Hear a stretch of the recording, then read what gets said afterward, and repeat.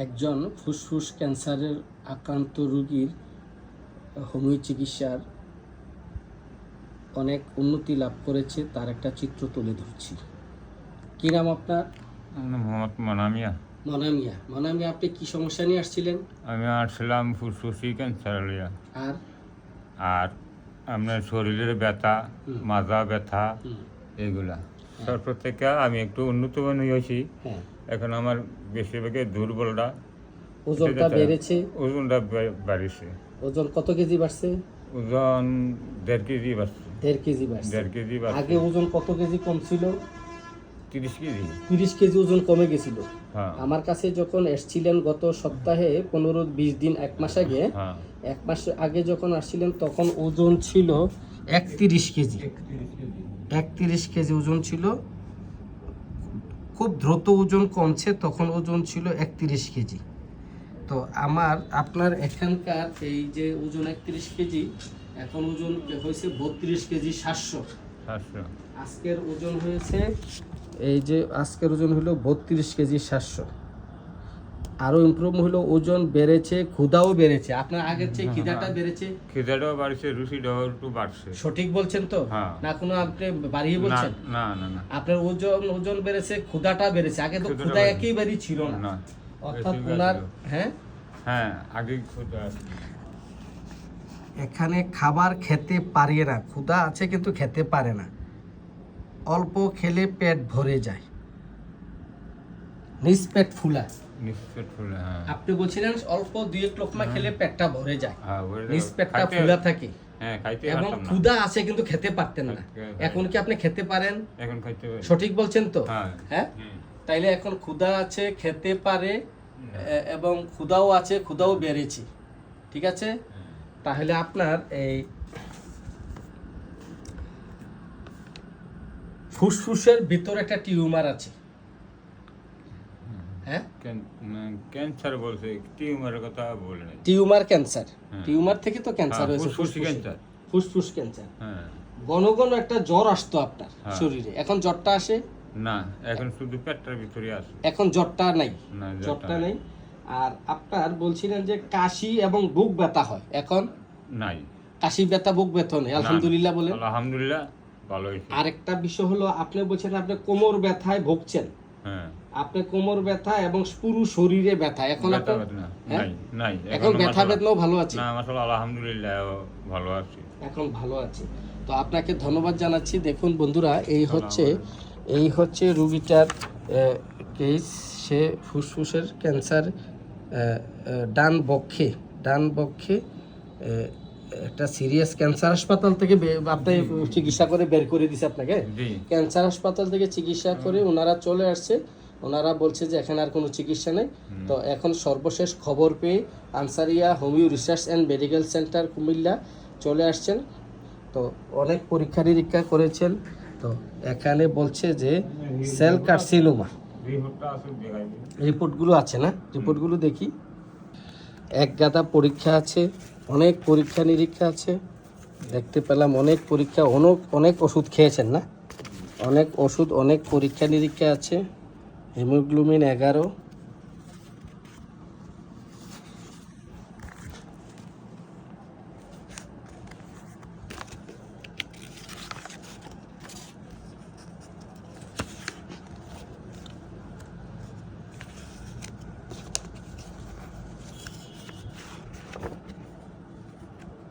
অনেক পরীক্ষা নিরীক্ষা।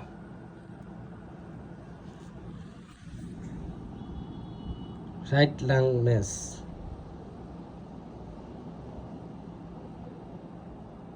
কার্সিনোমা, সেল কার্সিনোমা, ডাইরেক্ট লেখাই আছে। তো এই হচ্ছে ওনার পরীক্ষা নিরীক্ষা, আরও অনেক কাগজ আছে।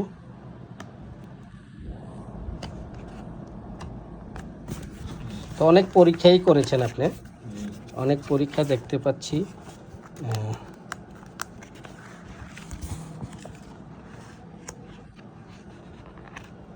তো যাই হোক, আপনার এখন ফুসফুসের ভিতরে যে ক্যান্সারের লাস্ট স্টেজ এখানে উল্লেখ করা আছে, ক্যান্সারের লাস্ট স্টেজ তারা বলে দিয়েছে।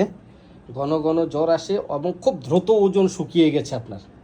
হ্যাঁ, অনেক জি। দ্রুত ওজন শুকিয়ে গেছে এবং জ্বর আসতো ঘন ঘন, কাশি হতো প্রচুর এবং বুক ব্যথা হতো।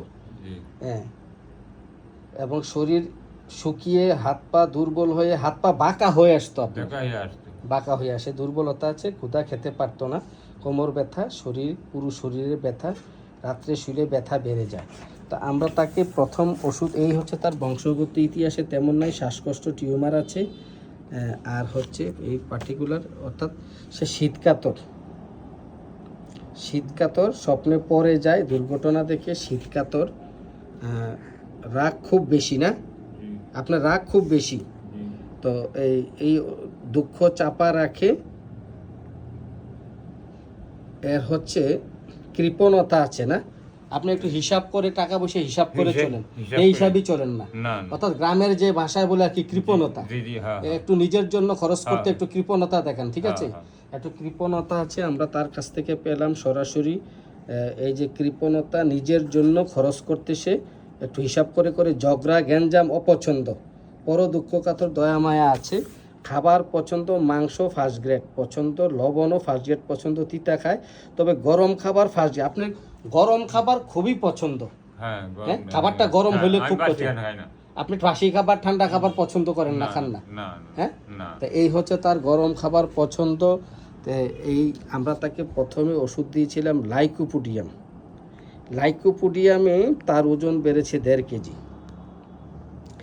পরের ডোজে তাকে ব্যথাও কমেছে, আজকে 6/8/2026, ওজন, ক্ষুধা বেড়েছে, ব্যথা ভালো, সব ধরনের ব্যথা ভালো, জ্বর কাশি বুক ব্যথাও ভালো আছে। হ্যাঁ, জি তো একটা জিনিস সে আজকে এসে বললো যে সেক্স আর্টস ইনক্রিজ, এখন সে অনেক মনে চাচ্ছে, তার মানসিক চাহিদা বেড়েছে, তার টেন্ডেন্সি বেড়েছে, সে আমাকে বলেছে তার ইনক্রিজ হয়েছে।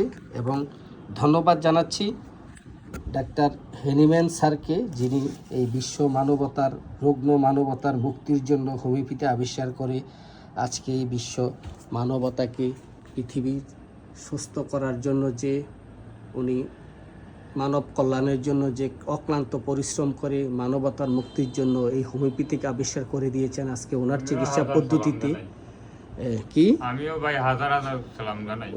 উনি রুগী, তারপরে উনি সালাম জানাই। বুঝতে পারছে যে আসলে হোমিওপ্যাথিক চিকিৎসা রোগ আরোগ্য হয়। হ্যাঁ জি হ্যাঁ, আপনার মধ্যে বিশ্বাস, সেই আত্মবিশ্বাস বেড়েছে, জি জি আত্মবিশ্বাস বেড়েছে। আমি আমার ডাক্তার হেনিম্যান স্যারকে ধন্যবাদ জানাচ্ছি হোমিওপ্যাথি আবিষ্কারের মাধ্যমে। তার পাশাপাশি আমার গুরু ডাক্তার রবিন বর্মন, যিনি এই ভারতীয় উপমহাদেশ তথা বিশ্বের বর্তমান অলরাউন্ডার ডাক্তার, যিনার কাছে হাজার হাজার রুগ্ন মানবতা গিয়ে সুস্থ হয়ে আসছেন, আমার সেই গুরু ডাক্তার রবিন বর্মন স্যারকেও আমি ধন্যবাদ জানাচ্ছি। ওনার আবিষ্কৃত মেথড, হোমিওপ্যাথিক যে রবিন বর্মনস মেথড, প্রপার ট্রিটমেন্ট করি আমি, তো ওনাকেও আমি, আমার গুরুকেও প্রণাম জানাচ্ছি, শ্রদ্ধা জানাচ্ছি। তো ধন্যবাদ আপনাকে এই ভিডিওটি করার অনুমতি দেওয়ার জন্য। হোমিওপ্যাথিতে ক্যান্সার সারে, ক্যান্সারে আরোগ্য হয়, আপনার মধ্যে বিশ্বাসটা বেড়েছে, আপনি এখন আগের চেয়ে ভালো আছেন, হ্যাঁ ভালো আছে। এই 1 মাসের চিকিৎসা আপনি বেশ ভালো আছেন, জি সঠিক বলছেন তো? জি তো আপনাকে, হ্যাঁ, 2 মাস চলে।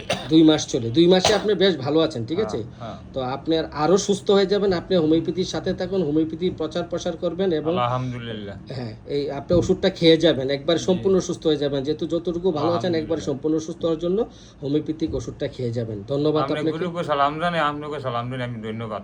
জি, ধন্যবাদ আপনাকে।